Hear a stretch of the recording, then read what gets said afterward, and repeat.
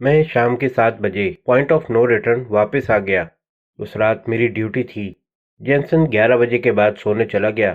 میں اور لولا ابھی کام کر رہے تھے۔ 11:30 بجے لولا میرے پاس آئی۔ تم ٹراپیکا کیوں گئے تھے؟ اس نے پوچھا۔ تمہارے خیال میں کیوں گیا ہوں گا؟ میں نے جواب دیا، جب مجھے فرار ہی ہونا ہے تو کیا ابھی سے اس کا انتظام کرنا مناسب نہیں تھا؟ میں نے سان فرانسسکو جانے والے جہاز پر ایک سیٹ ریزرو کرا لی ہے۔ تو تم سان فرانسسکو جانے کا ارادہ رکھتے ہو؟ لولا نے پوچھا۔ تمہیں اس سے کیا مطلب کہ میں کہاں جانا چاہتا ہوں؟ کچھ نہیں، لولا نے کندھے جھٹکے۔ مجھے صرف اس سے دلچسپی ہے کہ تم سیف کھول دو۔ وہ میں کر دوں گا۔ لولا بنگلے میں چلی گئی۔ میں رات کے سناٹے میں تنہا بیٹھا رہ گیا۔ میں نے چاروں طرف دیکھا۔ صرف ایک دن کے لیے میں یہاں اور ہوں، پھر نامعلوم تقدیر کہاں کہاں کی ٹھوکریں کھلائے۔ ایک لمحے کے لیے میرے دل میں یہ خیال بھی آیا کہ کیوں نہ ساری رقم میں خود ہی رکھ لوں۔ اتنی بڑی رقم ہاتھ میں ہو تو انسان دنیا کے کسی بھی حصے میں جا کر دوبارہ زندگی شروع کر سکتا ہے، مگر فوراً ہی میں نے اس خیال کو دل سے نکال دیا۔ جینسن مجھ پر اعتماد کرتا ہے، میں اس جیسے شریف انسان کے ساتھ یہ غداری نہیں کر سکتا تھا۔ ٹراپیکا پہنچ کر مجھے اسے رقم واپس کرنی ہی ہوگی۔ ہفتے کے دن شام کے 6 بجے جینسن میٹنگ میں جانے کے لیے لباس تبدیل کرنے سے پہلے میرے پاس آیا۔ میں اب نہا دھو کر میٹنگ میں جا رہا ہوں، اس نے کہا۔ واپسی کے بارے میں کوشش کروں گا کہ جلدی آ جاؤں، مگر تم جانتے ہو کہ جب 2-4 ہم عمر دوست مل جائیں تو کچھ تفریح کا موڈ بھی ہو جاتا ہے۔ ممکن ہے 2 سے بھی زیادہ بچ جائیں، مگر لولا کو یہ بات مت بتانا۔ وہ آنکھ میچ کر میری طرف دیکھ کر مسکرایا۔ کوئی بات نہیں، جب چاہو واپس آ جانا، میں نے جواب دیا۔ میں نے کوشش کی کہ میں بھی ایک جوابی مسکراہٹ ہونٹوں پر لے آؤں، مگر کامیاب نہیں ہو سکا۔ میں دل ہی دل میں اتنا افسردہ تھا کہ اس کی طرف نظر بھر کر بھی نہیں دیکھ سکتا تھا۔ بس 1 گھنٹہ اور، میں دل میں کہہ رہا تھا، پھر تم ہمیشہ کے لیے میری زندگی سے نکل جاؤ گے۔ پھر جب وہ چلا گیا تو میں نے گیریج میں جا کر اسٹیشن ویگن کار دیکھی۔ جینسن کے پاس ایک مرکری کار، ایک اسٹیشن ویگن اور ایک ٹرک تھا۔ مرکری کار وہ خود لے گیا تھا، ٹرک میرے لیے بالکل بیکار تھا، اس لیے میں نے اسٹیشن ویگن لے جانے کا فیصلہ کیا تھا۔ میں نے اس کی ٹنکی چیک کی، پیٹرول بھرا ہوا تھا۔ میں لنچ روم میں واپس آ گیا۔ لولا وہاں میری منتظر تھی۔ ہم دونوں بنگلے میں داخل ہوئے۔ سیف کہاں ہے؟ میں نے اس سے پوچھا۔ سٹنگ روم میں صوفے کے پیچھے، اس نے جواب دیا۔ صوفے کے پیچھے پہنچ کر میں نے دیکھا کہ نمبر دیکھ کر میں نے جو اندازہ لگایا تھا وہ بالکل درست تھا۔ یہ سیف اسی پرانے ماڈل کا تھا، مزید یہ کہ صرف نمبروں سے کھل سکتا تھا، اس میں چابی کے دوہرے قفل کا انتظام نہیں تھا۔ بہتر ہوگا کہ تم باہر پیٹرول پمپ پر ٹھہرو، میں نے لولا سے کہا۔ مجھے اس کے کھولنے میں 2 گھنٹے بھی لگ سکتے ہیں۔ اتنی دیر؟ اس کی آنکھوں میں شبہ جھانکنے لگا۔ میں نے تم سے کہا تھا نا کہ لارنس کمپنی کے سیف کھولنا آسان نہیں ہوتا، میں نے جواب دیا۔ بہتر ہوگا کہ اس درمیان لنچ روم بند کر دو، اگر لوگ کھانے کے لیے آنے لگے تو میں سیف نہیں کھول سکوں گا۔ وہ میں نے پہلے ہی بند کر دیا ہے، لولا نے بتایا۔ میں کچھ اوزار لینے جا رہا ہوں، میں نے کہا اور دوبارہ گیریج میں چلا گیا۔ اوزار ایک بڑے سے کینوس کے تھیلے میں رکھے رہتے تھے۔ مجھے اوزاروں سے زیادہ اس کینوس کے تھیلے کی ضرورت تھی جس میں نے $1,00,000 رکھ کر لے جانے کا فیصلہ کیا تھا۔ جس وقت میں گیریج سے تھیلا لے کر نکل رہا تھا تو ایک پکارڈ کار آ گئی۔ میں نے کار میں بیٹھے ہوئے آدمیوں کو دیکھا اور میرا خون خشک ہو گیا۔ وہ دونوں پولیس کے آدمی تھے۔ لولا نے بھی انہیں دیکھ لیا تھا اور وہ ان سے بات کرنے کے لیے بنگلے سے باہر آ گئی تھی۔ میں نے ان سے نبٹنے کا کام لولا پر چھوڑا اور خود بنگلے کی طرف چلا۔ اے! ایک نے مجھے آواز دی۔ مجھے رکنا پڑا۔